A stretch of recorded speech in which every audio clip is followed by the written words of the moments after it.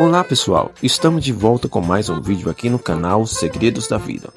Hoje vamos falar sobre um homem que a maioria de vocês já conhece. Para alguns, ele era um herói, mas para outros, era apenas um assassino em série. Estamos falando de Lampião. Antes de começarmos o vídeo, já se inscreva no canal e deixe o seu like. Isso será um incentivo para continuar criando conteúdos para vocês. Muito obrigado e simbora!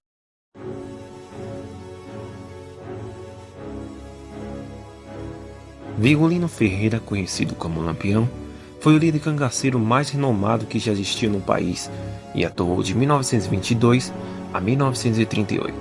Ele pertencia a uma família de relativa posição social, mas acabou perdendo tudo devido a uma disputa de terras. O cangaço é considerado pelos historiadores como um fenômeno de banditismo que se disseminou pelo Nordeste brasileiro a partir do século XIX e foi bastante ativo durante a primeira metade do século XX. A origem do cangaço se deve ao contexto social, político e econômico dessa região. Ao longo dos anos, Lampião e seu bando se envolveram em inúmeros confrontos com as forças policiais e militares da época. Eles eram conhecidos por sua crueldade com seus inimigos e por sua generosidade com os mais pobres. Lampião era visto por muitos sertanejos como um líder carismático, uma espécie de Robin Hood do sertão, que desafiava a autoridade e protegia os mais fracos. No auge de sua fama, Lampião chegou a contar com mais de 100 homens em seu bando, incluindo cangaceiras como Maria Bonita, sua companheira e uma das poucas mulheres a integrar um grupo de cangaceiros. Juntos, eles percorriam o sertão, espalhando terror entre seus inimigos e conquistando a admiração de muitos sertanejos.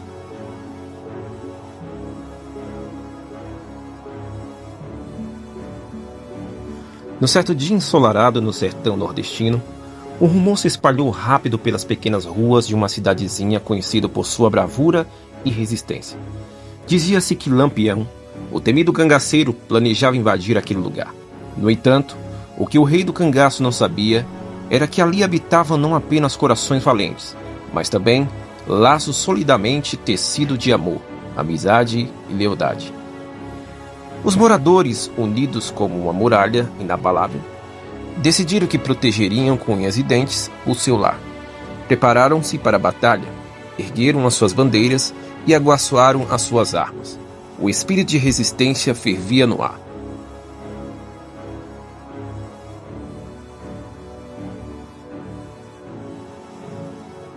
Em 13 de junho de 1927, o rei do sertão não imaginava o que esperava no pequeno município, em Rio Grande do Norte.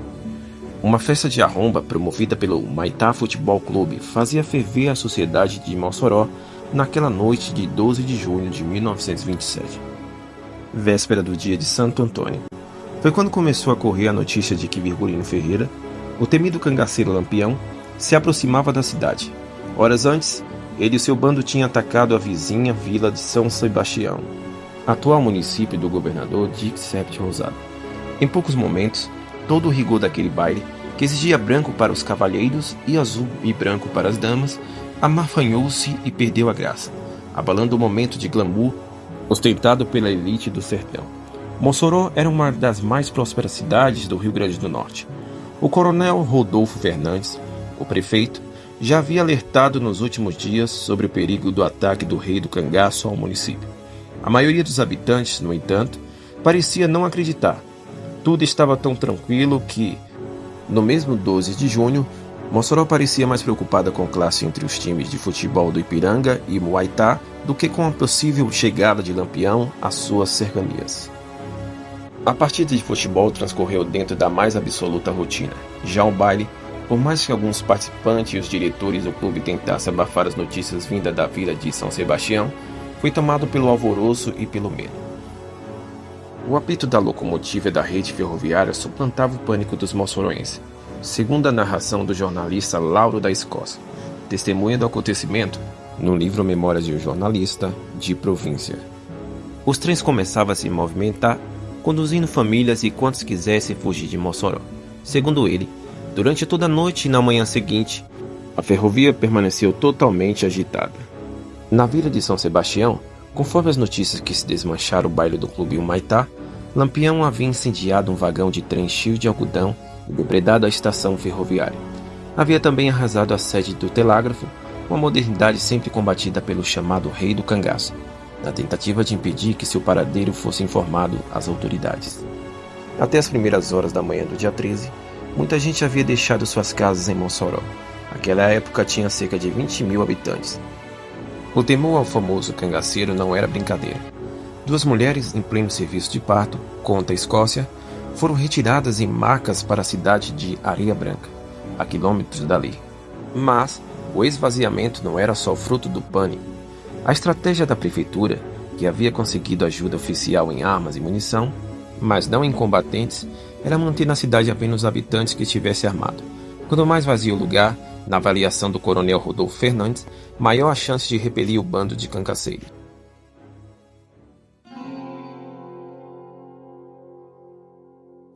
Fazia tempo que Lampião planejava encarar o desafio de invadir Mossoró.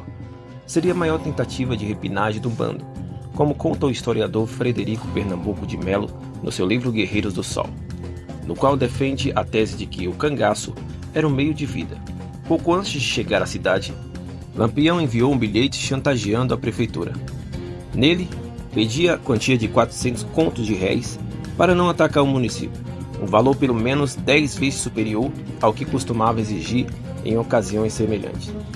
Na tarde de 13 de junho, feriado de Santo Antônio, ele e o bando já se encontravam nos arredores do município de Potiguar. Sem resposta ao primeiro comunicado, Lampião, já impaciente e bufando de raiva, manda o segundo aviso. Os termos do bilhete, que consta nos arquivos do jornal O Mossoroense, um dos mais antigos do país, eram muitos direitos e recheados de erros de português. Porém, após o coronel Rodolfo ler a carta, disse não a Virgulino, para a surpresa do mais temido cangaceiro de todos os tempos. A cidade tinha o dinheiro, informou o prefeito, mas Lampião teria que entrar para apanhá-lo. Às 16 horas daquele dia 13, caiu uma chuvinha fina e havia uma neblina de nada sobre Mossoró. Foi quando os primeiros estampidos de bala ecoaram. Sangue e areia. Lampião tinha 53 cangaceiros no seu bando.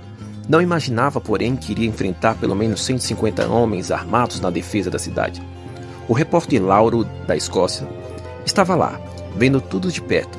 Durante toda a noite, a detonação de armas em profusão parecia uma noite de São João bem festejada, escreveu os mossoroenses. Mas as mulheres rezavam para o outro santo junino, o Antônio festejado naquele dia. No ataque, Lampião perdeu os importantes cabras do seu bando.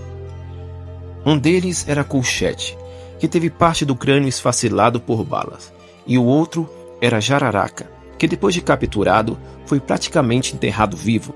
Em menos de 1 hora após o início da luta, o capitão do sertão, outra das alcunhas dadas ao célebre cangaceiro, sentiu que dominar a cidade seria praticamente impossível. Ordenou então a retirada da tropa, para evitar a perda de mais homens e não manchar ainda mais sua reputação. A partir desse momento, a estrela do bando lentamente passaria a brilhar cada vez menos, escreveu o historiador Pernambuco de Melo. O mito do Lampião invencível cairia por terra, o que reanimou a força policial, que passou a enfrentar o rei do cangaço com menos temor. Era o começo do declínio da carreira de Virgulino, por causa do desastre no Rio Grande do Norte. Mossoró, cidade conhecida por marcas pioneiras, foi o primeiro município brasileiro a admitir o voto feminino em 1934. Passaria também a história por esse acontecimento que assombrou todo o Nordeste. Até hoje, os filhos daquela terra se orgulham do feito de braveza ao contar que seus antepassados botaram o Lampião para correr.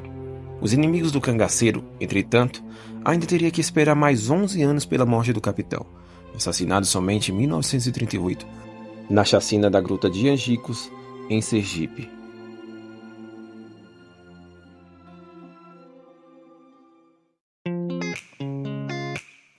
Chegamos ao final do nosso vídeo.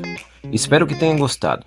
Se você curtiu, não esqueça de deixar o seu like, compartilhar com os amigos e se inscrever no canal para não perder os próximos vídeos. Muito obrigado e até a próxima.